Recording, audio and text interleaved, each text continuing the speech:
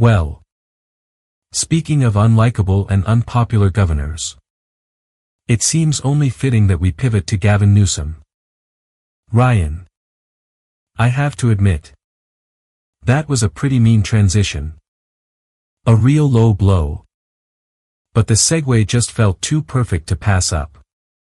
Newsom is now taking direct aim at the California Environmental Quality Act, or CEQA. This is a law that has become a major focus for those in the abundance movement. A cause championed extensively by Ezra Klein in his work in his book. In fact, Newsom held a press conference just yesterday, and he gave a direct nod to that very community. Let's take a look at the clip. To the NIMBY movement that's now being replaced by the YIMBY movement. Go YIMBY'S. Thank you for your abundant mindset. It's a plug to Ezra. And it really is about abundance and to the movement that they represent. Which I think was reflected in the comments made a moment ago about getting big stuff done. Okay. We can put the tear sheet on the screen.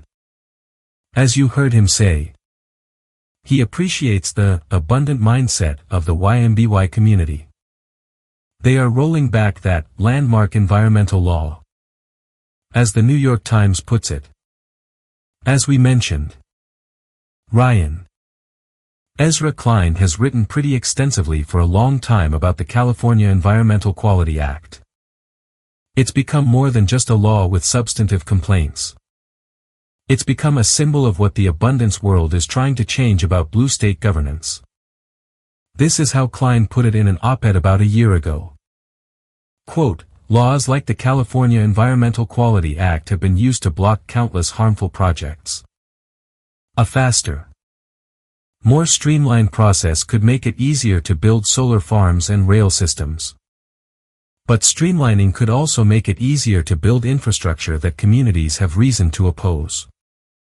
So, Ryan, what's really going on here? What's your take on this development? Well, it's interesting because Ezra tells a story in his book about how this law's creation was actually a quiet affair.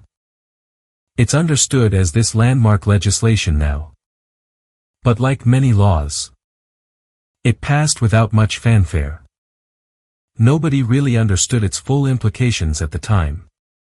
It only took on its massive significance later, when the California Supreme Court interpreted it in a way its original authors never intended, giving it enormous teeth.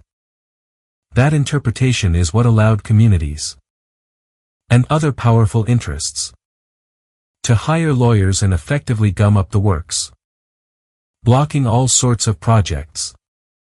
I think there's some necessary nuance here. On one hand, you have the immense political power of billionaires, incumbent monopolies, and other established power centers. That power is the real force blocking many of these projects. In what is supposed to be a democratic society, if their power goes unchecked, it will simply find a new vehicle to be exercised. It's like water running downhill. It will always find a path. Right now, that path is CEQA. So, if you get rid of CEQA but you don't actually check the power of these billionaires, have you solved the problem? I'm not so sure. Is it a short-term solution? Perhaps. You could argue that you've packed a little bit of dirt in the water's path, maybe redirecting the flow in a more productive direction for a little while. But it doesn't solve the fundamental, underlying problem, which is that our system isn't as democratic as it should be. Still, maybe it gets some important projects going. I don't want to dismiss that possibility entirely. But my main point is that unless you fundamentally restructure the political economy, these powerful actors will just find another way to mess with you and gum everything up. No question about that. I think actually that Ezra would agree with that point. Don't you? You know, I think he might. The more centrist and pro-corporate groups that have basically co-opted all of the abundance messaging would definitely hate that take. But Ezra?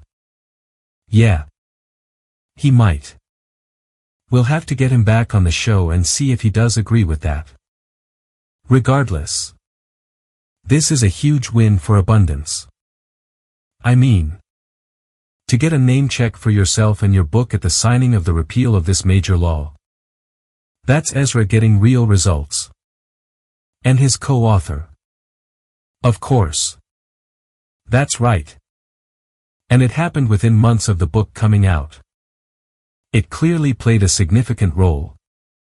Because Newsom himself said he wouldn't sign the state budget unless this reform was included with it. This wasn't some standalone bill the legislature was eager to pass. Newsom demanded it as part of the budget process.